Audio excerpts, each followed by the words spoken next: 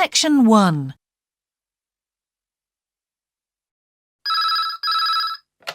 Good evening, King's Restaurant. Good evening. I'm ringing about the job I understand you have vacant. Oh, yes. I'd like to find out a few more details, if I may. Yes, of course. Can I take your name? It's Peter Chin. OK, Peter. Well, if you want to ask about the job, and then if we're both still interested, we could arrange for you to come for an interview. Great, thanks. I'm afraid I missed the advert for the job, but heard about it from a friend. That's no problem at all. What would you like to know? Well, what sort of work is it? Washing up? It's answering the phone. Oh, right, fine. And not waiting at table. That'd be good. And how many nights a week would it be? Well, we're really only busy at the weekend. So 2 nights? 3, actually, so it would work out at 12 hours a week. That'd be fine. It wouldn't interfere with my studies. Are you at the university? Yes, first-year physics student. Oh, right. And because I'm not an EU national, would I need a work permit? Yes, you would. Just get your tutor to sign it. That wouldn't be a problem if I were to get the job. Where exactly is the restaurant? Well, we have 2 branches. The one we're recruiting for is in Hillsdon Road. I don't know that. How do you spell it, please? It's HILLSDUNNE Road. Got that. Thanks. Is it near a bus stop? Yes, the nearest one would probably be just beside the library. Oh, yes, I know it. That'd be fine for me. And could I ask about the pay? We're offering £4.45 an hour. That's very good. My last job was £3.95 an hour. We feel it's pretty good, and we also offer some good fringe benefits. Really? Well, we give you a free dinner, so you eat well. Right. Better than hostel food. We certainly hope so. And we also offer extra pay for working on national holidays. Oh, that's a really good perk, isn't it? Yes, we think so. And then because of the difficulties of getting public transport, if you're working after 11 o'clock, we drive you home. Oh, that's good to know. Well, we'd certainly be interested in inviting you for an interview, if you're still interested. Oh, yes, certainly. Could I just also ask what qualities you're looking for? Well, for this particular job, we want a clear voice, which you obviously do have. Thanks. And you must be able to think quickly, you know. Well, I hope I... So, when could you come in for an interview? We're actually quite quiet tonight.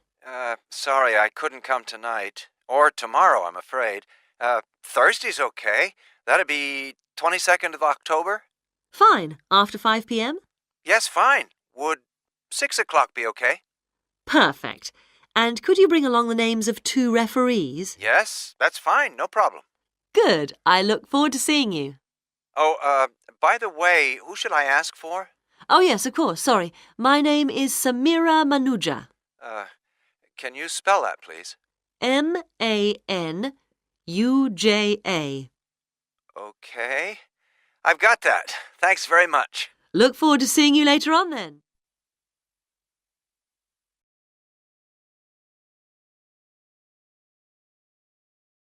Section 2. Now we go to Jane, who is going to tell us about what's happening in town this weekend. Right, thanks, Andrew.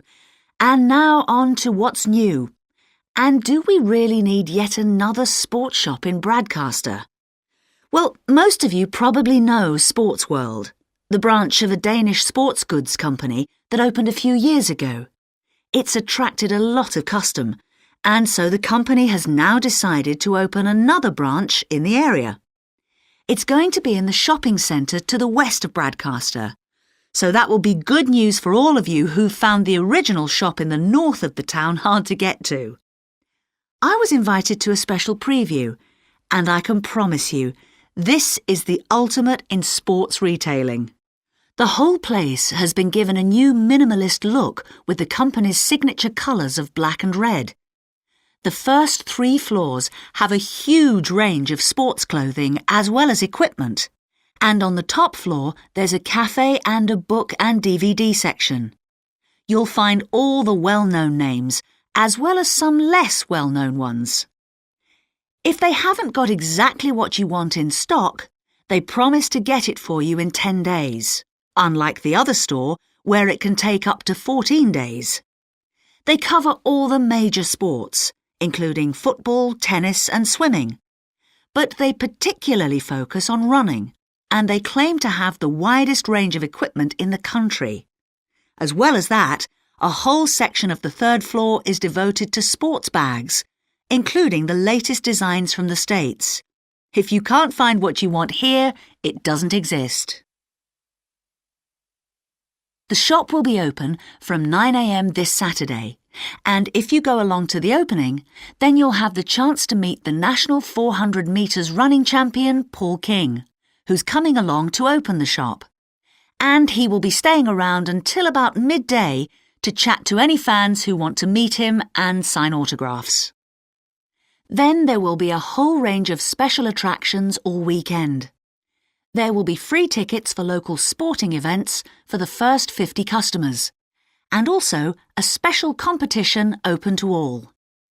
Just answer 15 out of 20 sports questions correctly to win a signed copy of Paul King's DVD, Spring Tips, while the first person to get all the questions correct gets a year's free membership of the Broadcaster Gym.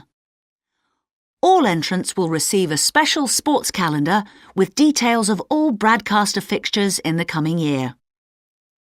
One of the special opening offers is a fitness test, a complete review of your cardiac fitness and muscle tone, actually done in the shop by qualified staff. This would normally cost £30, but is available at half price for this month only. There are only a limited number of places available for this, so to make a booking, phone 560-341. In addition, if you open an account, you get lots more special offers, including the chance to try out equipment at special open evenings.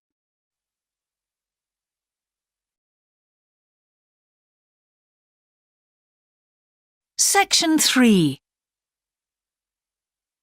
Before we start, Spiros and Hiroko, thanks for coming in today to talk about your recent study experiences, and congratulations to you both in doing so well in your first semester exams. Thank you. I'd like to discuss with you the value of the English for Academic Purposes course you did here last year before starting your university course. Spiros, if I could start with you, what parts of the program have now proved to be particularly valuable to you? I think that having to do a seminar presentation really helped me. For example, a couple of weeks ago in our marketing subject, when it was my turn to give a presentation, I felt quite confident. Of course, I was still nervous, but because I had done one before, I knew what to expect. Also, I know I was well prepared, and I had practiced my timing. In fact, I think that in relation to some of the other people in my group, I did quite a good job, because my overall style was quite professional. What about you, Hiroko? That's interesting.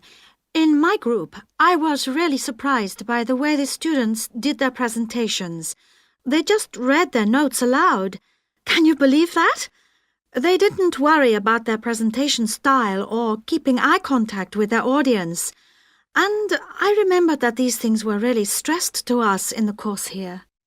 So, how did you approach your presentation, Hiroko? Well, to speak frankly, I read my notes too. At the time, it was a relief to do it this way, but actually when I had finished, I didn't feel any real sense of satisfaction. I didn't feel positive about the experience at all. That's a pity. You know, although I was pleased with my presentation, I am not so pleased with my actual performance right now in the tutorials.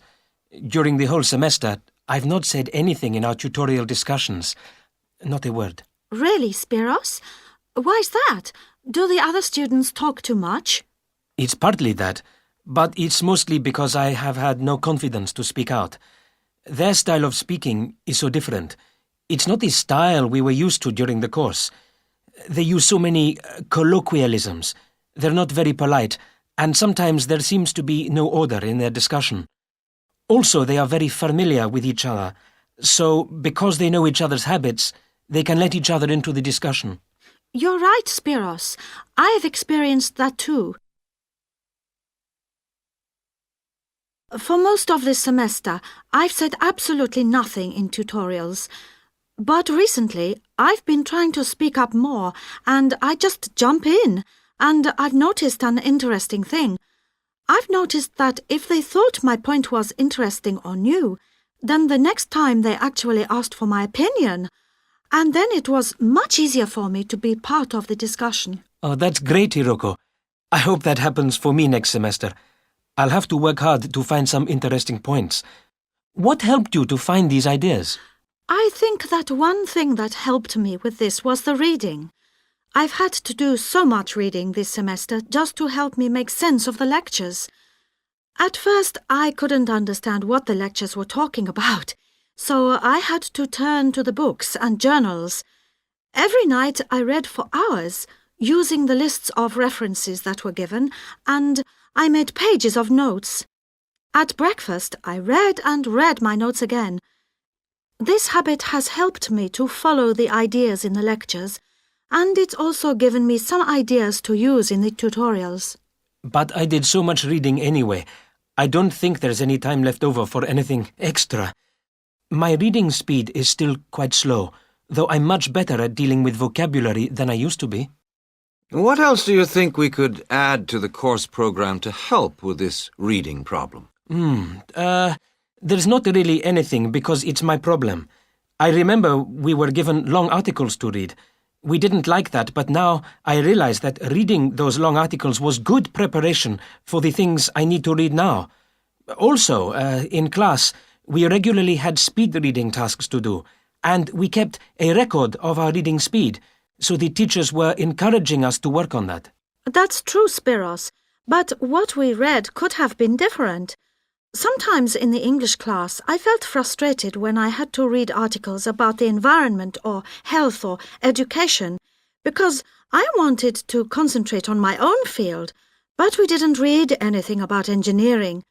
So I think I wasted some time learning vocabulary I didn't need. But surely the strategies you were taught for dealing with that vocabulary were helpful? Yes, but psychologically speaking, I would have felt much better working on reading from my own field. What do you think, Spiros? Oh, I agree. That would have helped my confidence too, and I would have been more motivated. It was good, though, that we could work on our own topics when we wrote the research assignments. Okay, let's move on to writing now.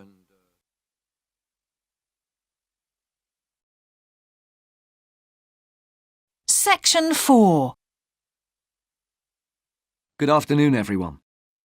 Well, with some of you about to go out on field work, it's timely that in this afternoon's session I'll be sharing some ideas about the reasons why groups of whales and dolphins sometimes swim ashore from the sea right onto the beach and, most often, die in what are known as mass strandings. Unfortunately, this type of event is a frequent occurrence in some of the locations that you'll be travelling to, where sometimes the tide goes out suddenly, confusing the animals. However, there are many other theories about the causes of mass strandings. The first is that the behaviour is linked to parasites. It's often found that stranded animals were infested with large numbers of parasites. For instance, a type of worm is commonly found in the ears of dead whales. Since marine animals rely heavily on their hearing to navigate, this type of infestation has the potential to be very harmful. Another theory is related to toxins, or poisons. These have also been found to contribute to the death of many marine animals. Many toxins, as I'm sure you're aware, originate from plants or animals.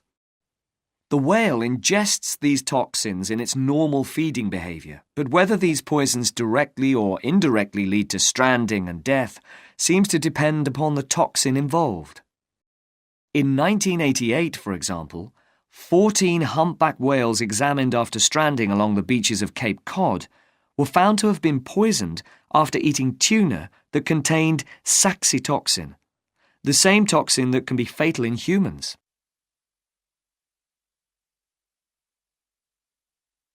Alternatively, it has also been suggested that some animals strand accidentally by following their prey ashore in the confusion of the chase. In 1995, David Thurston monitored pilot whales that beached after following squid ashore. However, this idea does not seem to hold true for the majority of mass strandings because examination of the animal's stomach contents revealed that most had not been feeding as they stranded. There are also some new theories which link strandings to humans. A growing concern is that loud noises in the ocean cause strandings. Noises such as those caused by military exercises are of particular concern and have been pinpointed as the cause of some strandings of late.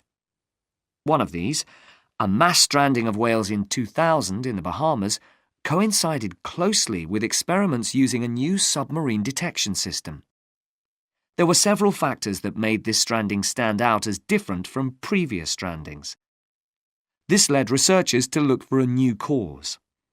For one, all the stranded animals were healthy. In addition, the animals were spread out along 38 kilometres of coast, whereas it's more common for the animals to be found in a group when mass strandings occur. A final theory is related to group behaviour and suggests that sea mammals cannot distinguish between sick and healthy leaders and will follow sick leaders, even to an inevitable death.